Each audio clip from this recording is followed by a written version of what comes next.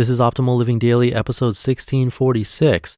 We can run, but we can't hide, by Krista O'Reilly Davy of alifeinprogress.ca. And I'm Justin Malik, your very own personal narrator today and every day. It's not a typical podcast. There are no interviews, and it's short, almost always fewer than 10 minutes. For now, let's get right to today's post and start optimizing your life. We can run, but we can't hide, by Krista O'Reilly Davy of alifeinprogress.ca. The winding drive back into the Peace Valley is beautiful. I have to keep my eyes on the lane ahead of me and the construction that takes up part of the narrow winding road though, so I'm unable to fully take in the view or look over across the river that cuts through the town to try and spot the ski lift that marked part of my chilly junior high years. I ran quick from this place. First at 16, then for good at 17. It felt too small and constricting. Everyone knew your business and there wasn't much for me here beyond bush parties.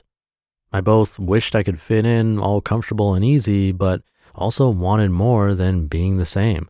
I didn't want to be just one of the many O'Reilly kids, not just one of the crowd. I wasn't running from my family or my town, of course, but from myself. But I took myself along when I moved to the city. I boarded the Greyhound with the 2 suitcases I stole from my parents' basement, all my unrest and insecurity packed in tightly beside the rolled-up undies and pointy-toe Le Chateau boots. I wondered if there was a place for me in this world.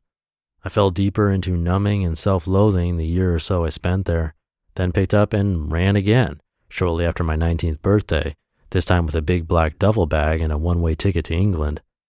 I had partied so hard before leaving, I didn't get a chance to enjoy the business class seats my sister and I had scored. I slept so deeply most of the way there, barely able to peel my eyes open long enough to buy the duty-free Anais perfume the stewardess peddled. Surely perfume would cover my shame and despair. We all know, of course, that we cannot outrun ourselves. We can run, but we can't hide. Last night as I sat in my little sister's living room, trusting her as I tried to untangle all this confusing frustration and longing and grief that has surfaced again, she asked me why I just can't see the things I have done well, breathe in deep the good in my life instead of always seeing what is left undone. She's not the first to ask me this question, and I don't know precisely why. I just know that I'm still in the messy process of becoming. I know that whenever I am on the cusp of change, resistance shows up again. Why have I always struggled to rest? Why do I circle back to seeking my worth and my ability to perform or keep up? Why do I keep running? Because all of a sudden I realize that is what I am still doing. Now that my primary time of feathering the nest draws near to the end, I find myself all anxious in planning the escape. I'll get rid of all my possessions, sell my home, move to the city again, find the next adventure.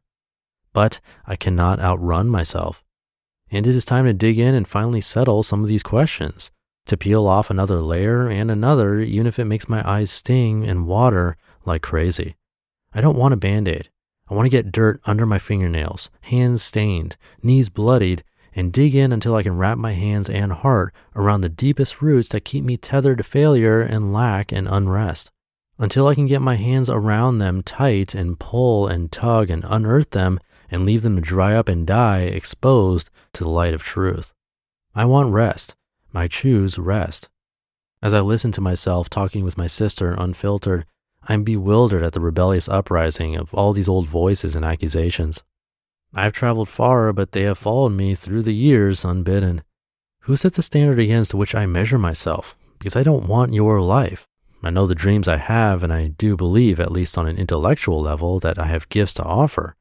So from whence comes the ugly lie that I'll never measure up to whom, or be enough of what exactly? And if I try, I will fail. Who cares? Who am I afraid of disappointing?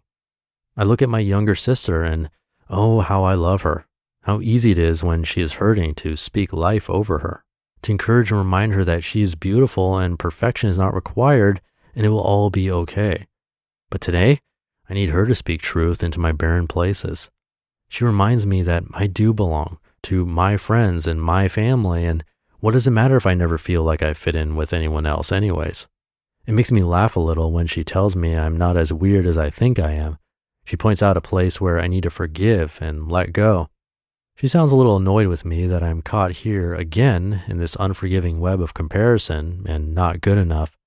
Maybe this is what growing up looks like, or this is the only way I know how to do it. Showing up, being real, stretch marks and growing pains, exposing our deepest fears to light where they can be inspected and turned over, giving others permission to speak life into our shame or broken places. No more hiding and running. If we are to find rest, we can't hide. Because as I head into the next season of life, I'd really like to leave those heavy suitcases behind. I don't want to carry them anymore. I don't even have the energy to carry them anymore. I'm sure there will always be work to do. That becoming whole and mature, resilient and refined never ends, I suppose, and I am okay with that. I even look forward to that. But it is time to let go of this baggage. After 2 days communing with sisters and gathering up hugs from their little people, I slowly climb back up out of this green valley, lighter than when I arrived. I'm moving forward into my next season of life, lighter, the path a tiny bit clearer. I think about you and how many of us are journeying together. I wonder if maybe you too feel ready to lay your heavy baggage down alongside mine. Just leave it there. We can run, but we can't hide. You just listened to the post titled, "We Can Run, But We Can't Hide" by Krista O'Reilly Davy of alifeinprogress.ca. And that will do it for today. Thank you for listening and sticking around until the end. Have a great weekend if you're listening in real time. And I'll see you tomorrow as usual, where your optimal life awaits.